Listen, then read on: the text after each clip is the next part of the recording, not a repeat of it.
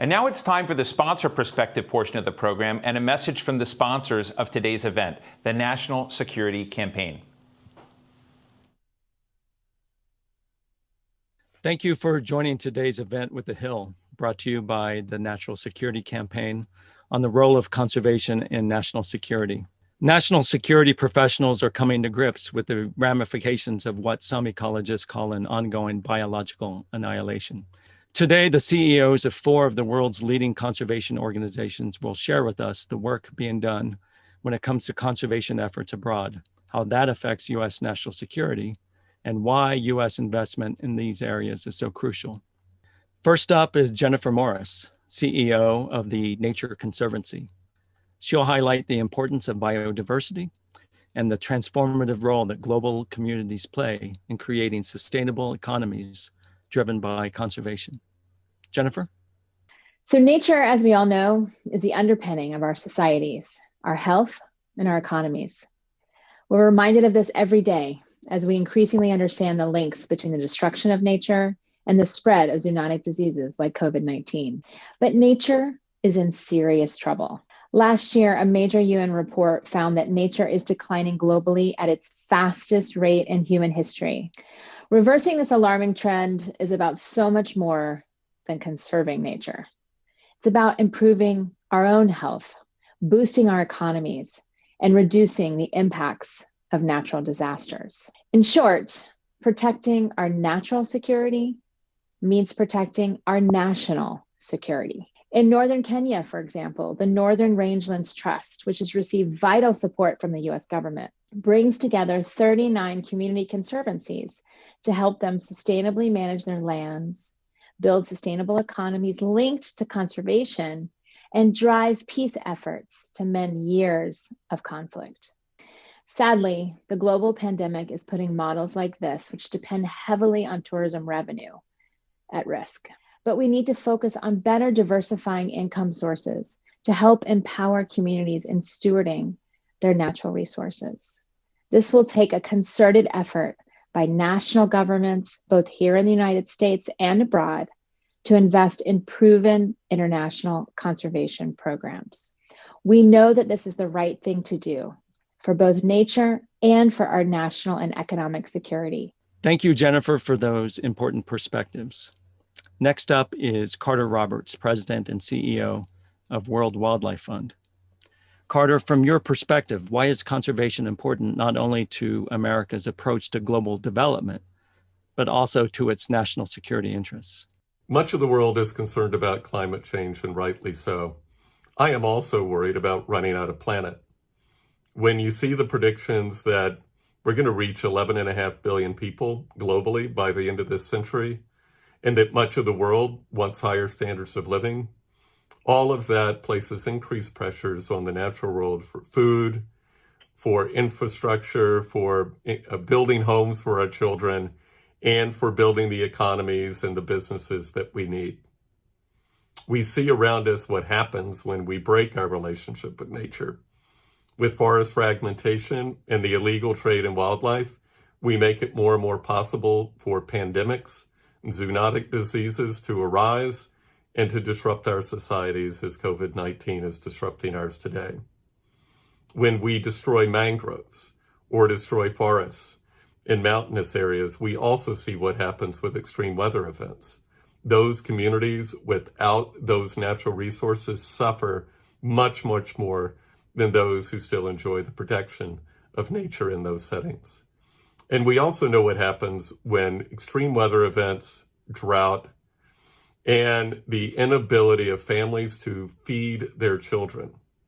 When that happens, people move, governments often experience conflict over those same natural resources, and that ends up destabilizing the world. It is in our own national interest, from the point of view of security and stability, for us to continue to lead the world in both guiding and financing conservation of biodiversity and helping other countries safeguard their resources, all of which depends on our ability to build partnerships with civil society, with communities, with other governments around the world to safeguard nature and to build security and stability where we need it most. Thanks, Carter, for those valuable insights. Sanjayan is the CEO of Conservation International. He'll discuss the dependence on natural systems for economic livelihoods. Sanjayan, the floor is yours. Our organization, Conservation International, is based on a simple premise that people need nature to thrive. And if you ever needed a reminder of why that is true, 2020 has tragically and in spades shown our complete interdependence with nature. When nature is unhealthy, it is human populations that feel it the most. The air we breathe, the water we drink, the food we eat, our economies, our jobs, our spiritual and emotional well-being are all intimately tied to nature. Scientific studies have shown that this pandemic, like virtually all other pandemics, really has emerged from nature, and the destruction of nature and the rapidity with which we can invade nature has really allowed pandemics to emerge and spread in human populations with devastating impacts on lives and on economies. Now, what can we do about it? Well, a couple things. One is we could spend money very thoughtfully in three areas. One is avoiding or reducing deforestation, particularly tropical deforestation, on ending or managing better the massive commercial illegal wildlife trade that happens globally around the world, and monitoring new emerging diseases from the wild. You do just those three things, and a new scientific study published in really the most prestigious journal by scientists, including scientists from Conservation International, have shown that we can reduce the chance of the next pandemic by 30%. What is it going to cost? It's going to cost a lot less than what this pandemic has cost our economies. The pandemic has cost somewhere between $5 and $6 trillion and counting. For 50 times less than that, we can reduce the chance of the next pandemic by 30%. To me, that is great return on investment. We can also work better and more closely with indigenous communities and local peoples, the best stewards and protectors of wild nature. Working with indigenous communities, strengthening policies to protect their lands will help us avoid the next one. Thank you, Sanjayan. Next, we'll hear from Christian Samper, President and CEO of the Wildlife Conservation Society. He'll share his thoughts on the cataclysmic ecological and climate crises that threaten to worsen poverty and suffering on a global scale. The COVID-19 pandemic is an unprecedented global health crisis with severe economic and social impacts. But we cannot look at the pandemic separately from the global biodiversity and climate change crisis that threaten to exacerbate poverty and suffering on a global scale. Zoonotic diseases like COVID-19 are caused by viruses or other pathogens that spill over from wildlife to humans. Ecological degradation increases the overall risk of zoonotic disease outbreaks originating from wildlife. At the same time, we see deforestation and ecological degradation driving humans and wildlife closer together and increasing the likelihood of virus spillover and spread. A global climate crisis continues to loom and will only worsen without our attention. Extreme weather-driven disasters are increasing in number and severity on a global scale and are a growing threat to developed and developing countries alike. But they pose a particular challenge for the latter, where they amplify existing stresses and vulnerabilities.